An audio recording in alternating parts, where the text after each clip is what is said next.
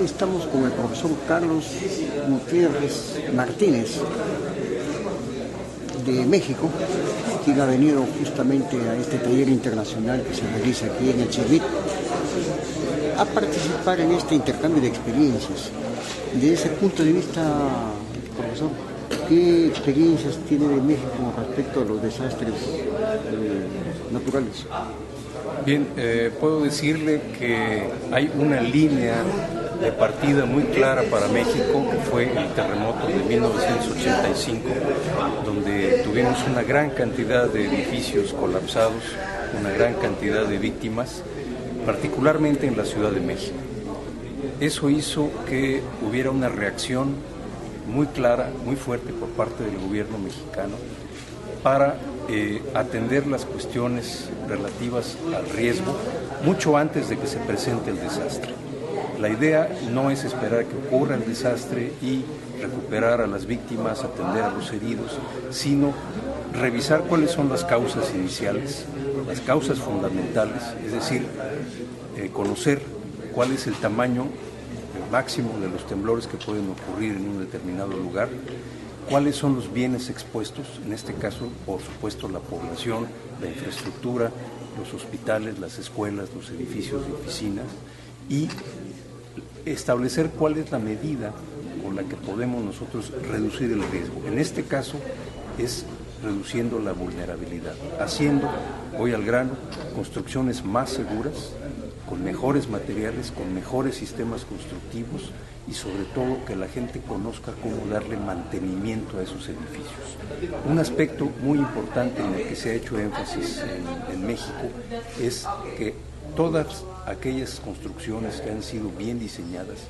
el propietario no las altere, no le cambie el destino, no mueva elementos estructurales, porque eso debilita la construcción. Eso, si en un momento dado el diseñador, el constructor, le entrega a usted un edificio correctamente construido, el propietario en muchas ocasiones es el que tiene la culpa por haber alterado la distribución de elementos estructurales.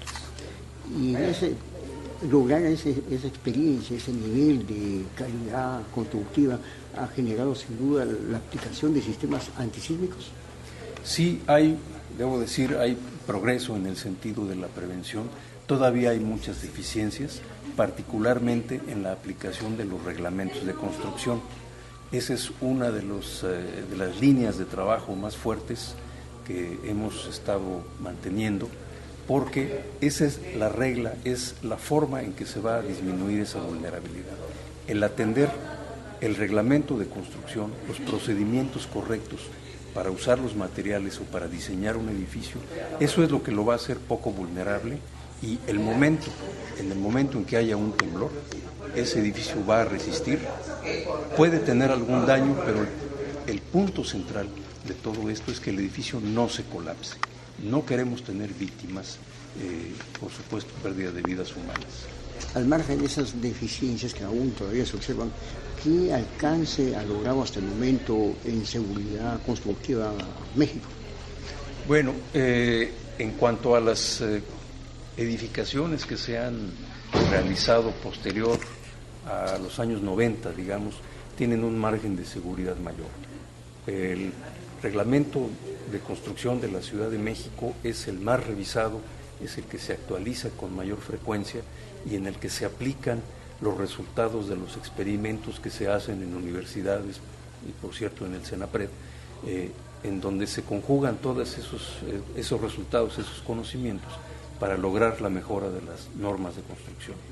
Un aspecto que le puedo mencionar muy importante en cuanto a la cultura de la prevención y de la protección civil, no todo queda, como he estado mencionando, no todo queda por parte de la construcción o de la edificación o el propietario, digamos, de esto, sino en que se ha visualizado todo esto como un esquema de corresponsabilidad. Por un lado está el gobierno, que hace su tarea de investigación, de diseminación, pero también al público en general, al ciudadano común, se le ha transmitido toda esta información para que lo vea como algo propio.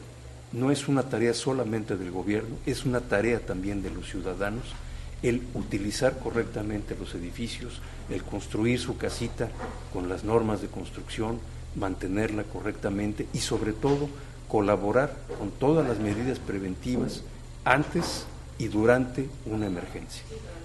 Y en ese sentido se observa, o de manera muy directa usted, que hay un progreso en cultura de prevención en México.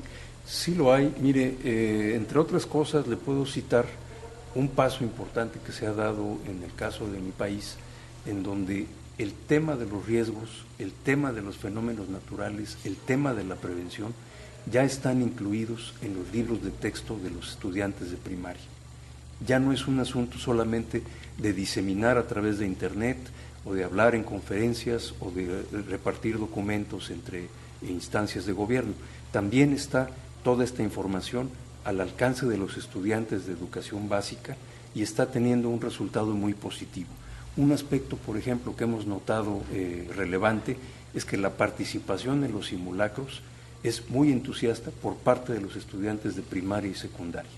Todavía hay muchos adultos que no toman con la suficiente seriedad un simulacro, pero en el caso de la población de estudiantes jóvenes, la respuesta es enormemente positiva. Y a nivel de currícula, la malla curricular en las universidades, ¿tiene ya algo sobre ingeniería sismo-resistente? Sí, mire, un aspecto también relevante es que en el caso de la Universidad Nacional y de muchas universidades privadas, por supuesto, el tema de la ingeniería sismo-resistente es de los más importantes.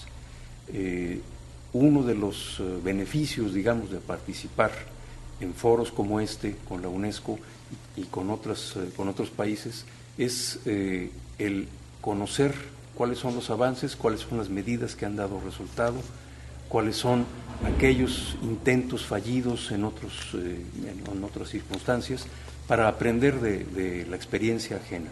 Esa es una cosa muy importante. Tenemos ya también posgrados en donde se abordan claramente, o de frente debería decir, el tema de la mitigación del riesgo. Ya no se tiene el conocimiento fraccionado, aislado, en donde por un lado unos saben de sismos, otros saben de material de construcción, otros saben de reglamentación, ya no.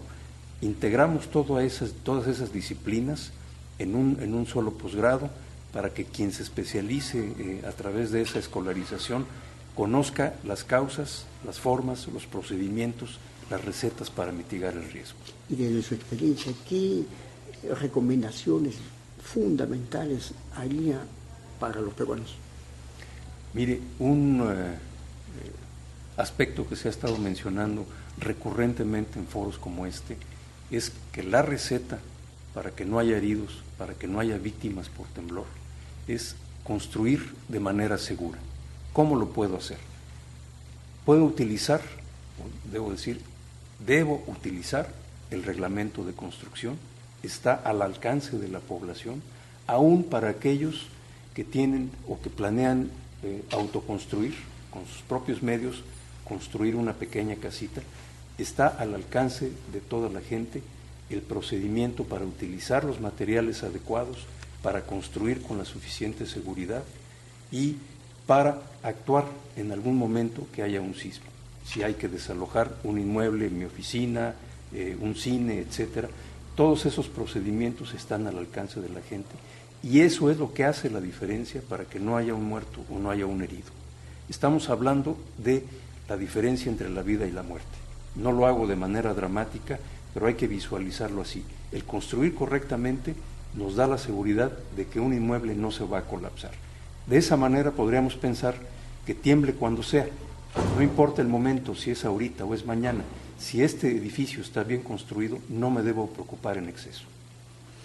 Muy bien, ingeniero Carlos Gutiérrez Martínez, ha sido un honor tenerlo para RTV SIC, el canal de los ingenieros peruanos. Muchas gracias.